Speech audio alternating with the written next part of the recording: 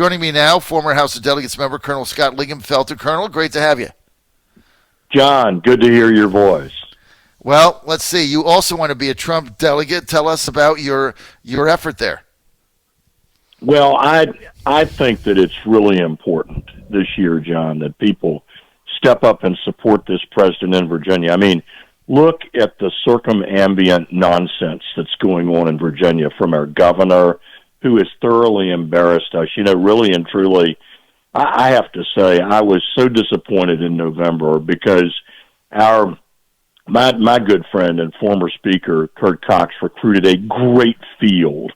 But you know, when you're outspent 10-1, when you've got George Soros going to court to try to redistrict Republicans out of their seats, when you have these things stacked against you by the liberal front, so to speak, you know, you have a rough time, a rough go at it.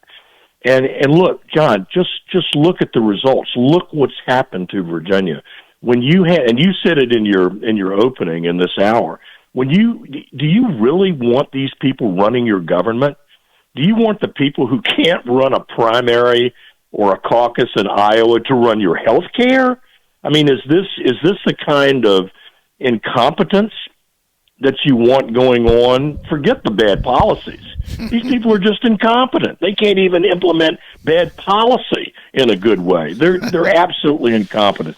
And so I just got to tell you, you know, last night when Nancy Pelosi ripped up the president's speech, even as the president was standing there, in one of the most petulant acts of childish banter I've seen ever, you know, I had to think, well, she's not only ripping up the speech, she's ripping up her majority, and I'm glad to see her rip up her majority because they're destroying America.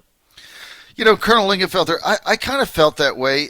I mean, obviously, look, they don't do anything that's not thought through, right? I mean, everything they do is planned, choreographed. That's how they operate. From the white suffrage suits, they look like coming out of the USSR or something. Everything they do is choreographed. The facial expressions, the eye rolls, it's all thought through.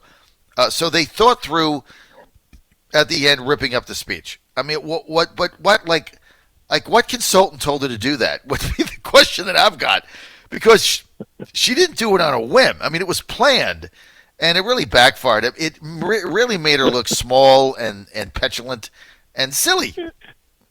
Well, you know, John, I've said this to you before, you know, when you've had me on. You know the Linghamfelter motto, life is hard, but when you're stupid, it's really hard.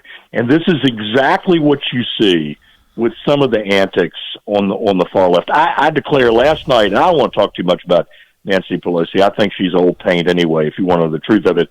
And she's going to be scraped away, and she's going to lose her speakership. But I just have to tell you, if she had bit her lip one more time last night, I think she would have needed stitches. I mean, it was really just a horrible look, a horrible performance on the part of the Democrats who paint themselves in a corner by just appearing to be petulant, and then they act it out by ripping up scripts and so on and so forth. And if you notice, she looked out in the crowd.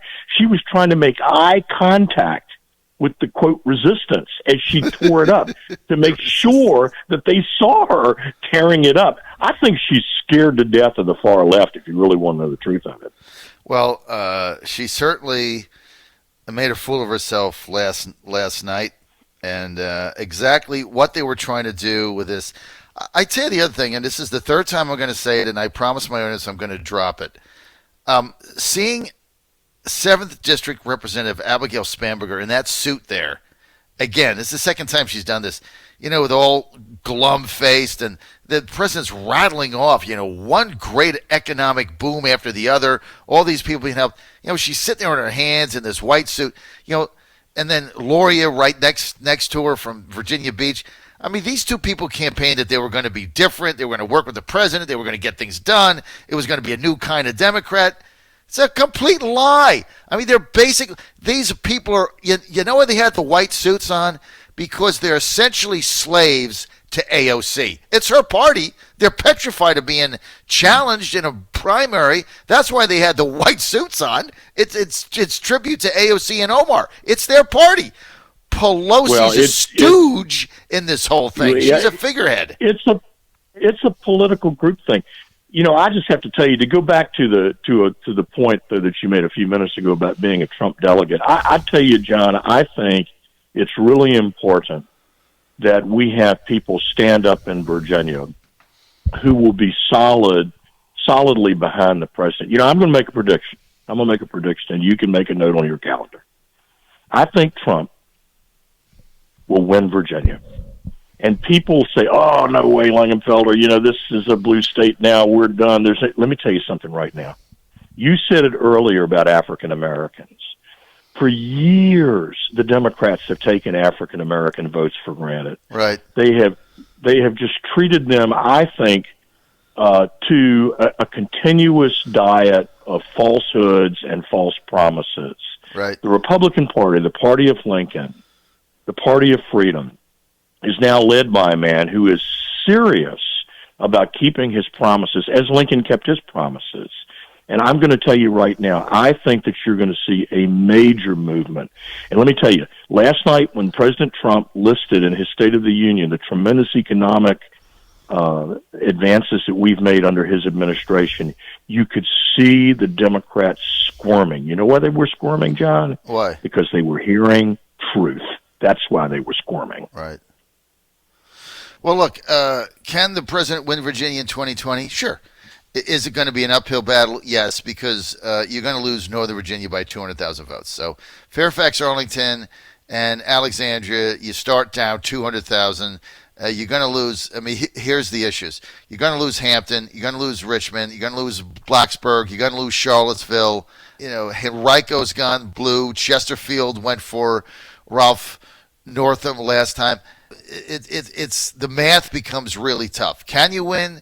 Yes. In order to do that, they're going to have to register 200,000 voters in Southwest Virginia. And right now, the Republican Party of Virginia doesn't have the personnel, platform, or resources to do that. Those are the obstacles, sir.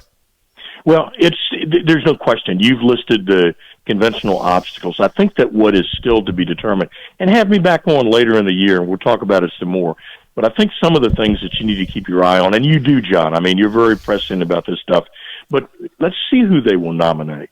Let's see who comes out of the woodwork. Yeah, I mean, that's true. If they nominate Biden, it's tougher. I think he's done. So to me now, it's Bernie or Pete. Bloomberg's not going to be the nominee. He's going to be the basically the oligarch. They're never going to nominate Michael Bloomberg, a former Republican that's a moderate that's buying it. So it's Bernie or Pete, and Pete is 37 years old. It's just not going to happen. Bernie Sanders is going to be the nominee. Scott, I've been saying it for 18 months. Bernie Sanders is going to be the nominee. And I think you're right, and I think if he is, and absolutely, John, and I think that's the point I would get at quickly is that if Bernie Sanders is their nominee, let me tell you something right now. You're going to see people come out of the woodwork for Donald Trump, and there are people, and I know, John, there are people who don't like some of his style. Okay, I got it. Yeah, I got it. But they're looking at their policies. They're looking at income. Right. They're looking at the future of their kids. Right. And they're supporting the president, as I am. And I think he's absolutely got us on the right path. We're with Colonel and former House of Delegates member Scott Linghamfelter. So tell me about your effort to be a Trump delegate. What district are you in, and how are you going to do that? Well, I am actually in the 1st Congressional District, and Scott I have Whitman. announced and filed. Yep, and I have announced and filed for to be national delegate in the 1st Congressional District, and I think that people will rally behind my effort, primarily because they want someone that they truly can trust when they're down there at the convention. And you know exactly what I'm talking about, John. When I was a delegate from 2002 to 2018, I had a motto that I followed, and I followed very closely. And it's one you've heard lately from someone in a very prominent position. Right. And that motto I used starting in 2002 was promise made, promise kept. Right. And I got to tell you something. If you want to understand why Donald Trump is the leader of the Republican Party today, it is because we had decades of establishment Republicans who did not keep their promises. Right.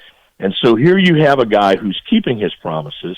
And so I believe that that's what we need is delegates who will go down there, who will stand tall, support the president, and stand behind him.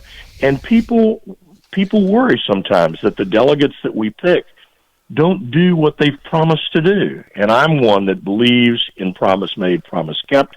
I'm solidly behind the president's agenda. I think his agenda is spot on. And I want to go down there and be a voice for him in the convention, because in many ways, John, the tone and the approach of the convention, even here in North Carolina, right next door to Virginia, will set an important tone for the Commonwealth. And I think it's important that when you and I leave with our other co-delegates down in North Carolina back to Virginia, that we come back to Virginia with a resounding example of how we're going to take this state. We can win. We can do it, but we've got to start it and do it right. All right, Scott Linghamfelter, I've only got a minute. Tell me about your new book out in May, Desert Red Leg, Artillery Warfare in the First Gulf War. Well, I kept diaries during the First Gulf War when I was a soldier with the 1st Infantry Division Artillery. We performed magnificently during the Gulf War. The artillery story, John, was largely untold, and I wanted to tell that story. The Association of the U.S. Army got a hold of my manuscript. They loved it. They wanted to incorporate it into their book program, which they did, and the University Press of Kentucky is publishing the book. You can pre-order it now if you go to University Press of Kentucky and then just sort of type in Desert Red Leg. It will come up. You can order it. And, John, for your listeners, if they will use code FS30, that's Foxtrot Sierra 30, when they order from University Press of Kentucky, they'll get 30% off until July. So it's cool. A good buy. And I know your order is going to go in as soon as you get off the network this morning. But again, it's Desert Red Leg, Artillery Warfare in the First Gulf War, published by University Press of Kentucky. You can also get it on Amazon, but you get the break. What's that? What's the code again for the break? Foxtrot Sierra FS30 30. And if people will use that code, they will get 30% off on a pre-order. And I think they're going to be it's definitely published in May, but there may be some that are mailed out in April. So I'm going to get as soon as I get off the air, I'm going to order it. I'm going to Desert Red Leg. I'm going to put FS30 in the code. I'm going to get 30% off. I'm going to buy it today. Scott Linghamfelter, Colonel, U.S. Army, retired. Thanks for being with us, running for delegate for Trump. Good luck in that race.